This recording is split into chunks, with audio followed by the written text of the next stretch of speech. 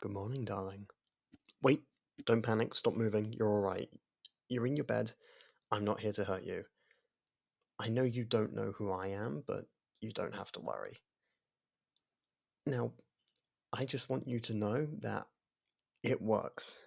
Your thesis on quantum entanglement time particles, your theory on traveling back in time, it was successful, and you will be appreciated as a genius of our era. The new Einstein, the new Hawkins, the great you. God, it's so weird seeing you like this. I'm a student of yours in a few decades from now, so I'm used to seeing you older than me. But this is far from bad. How long from now do you get it to work? Oh, I'm sorry, I can't actually tell you that. You've made a few rules for travelers. For example, do not mention any specific dates in the future with specific events. It might cause a branch in the timeline that's not supposed to exist. A few other rules include not meeting yourself, not killing anyone in the past, and some other ways to prevent paradoxes. It's very important to follow them, but I can't tell you all of them. I'm actually just breaking one just by talking to you. Yes, I'm breaking the rules. Your life is one of the few that travelers aren't supposed to interfere with. They say you made that rule because you changed your own past and got stuck in the past. But you told me that it was because you once met a traveler who told you a few rules. Huh. You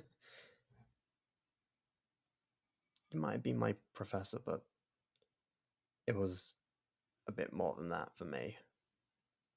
I'm going to admit, I was in love with you. I spent years delaying my graduation to follow your courses again, just to see you more. And when you noticed, you offered me a job at the station, at your research station. It was my dream, you know? I was your assistant, helping you calculate trips back in time, gather materials, find artifacts, and uncover what history truly was like. We even did an experiment where we broke the rules in order to create an alternate timeline. It was amazing, going on adventures with you through the sea of time. But that brings me to why I'm here. In your drafty apartment, where you've been hoping for a scholarship at some school you ran out of business a long time ago. Did that sentence make sense?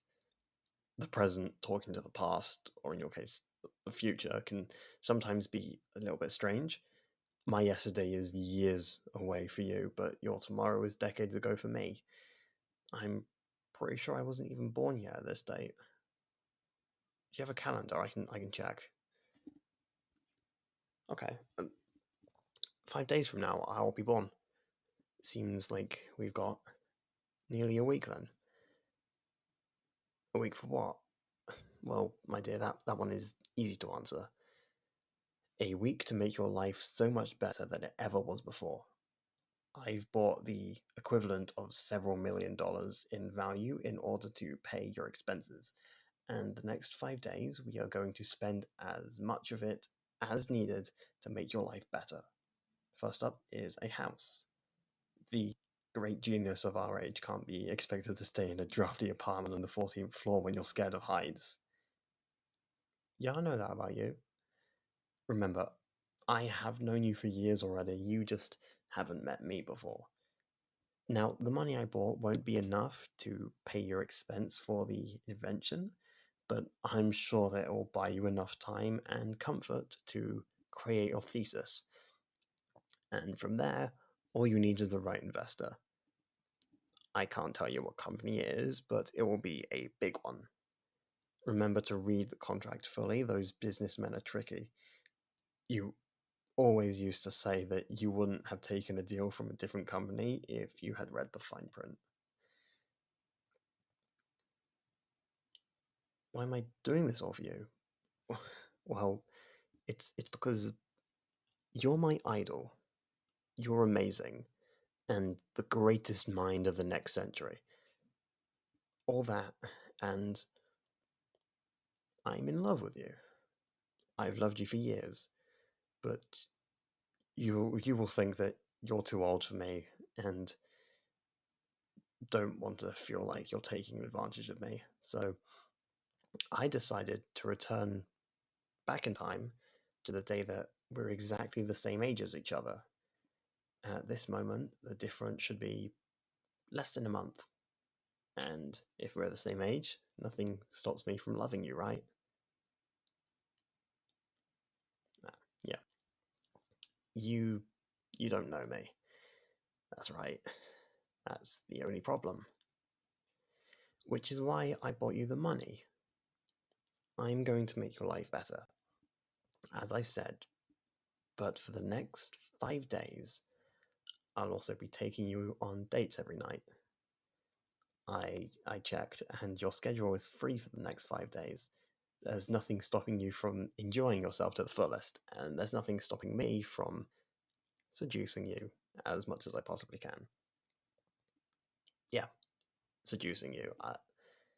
I won't have you spending the next few years in comfort hunting for someone else. I'm yours if you wait for me, and I'm going to give you a taste of everything that I have to offer. All my love for you. You're my darling. And I'll make sure that you know that it's okay to be with me because I fully consent to it. And, you know, I'm willing to break all the rules to be with you. That's what I want to prove.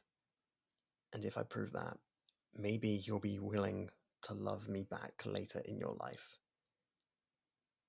back in my present, back in your future. If I have to, I will come back again and again, proving how much I love you time and time again until you truly believe me, until you accept that I love you and I would do anything to be with you. If I plan it properly, I'll spend so much time in the past that I'll be the same age as you in the future as well, and we can date then as well. Now, let's get you up and running. I made you breakfast and coffee, which you can eat in bed. I didn't raid your fridge, it's all fresh. And when you finish your breakfast, we'll go out and buy you a house you like. And then make a plan about what to do with the next few days and this afternoon. You're going to need a tailored suit, darling. Can't have you dressing in any rags that are unworthy of the greatest mind in the world. Which, just to remind you, that's you. You're the greatest mind in the world.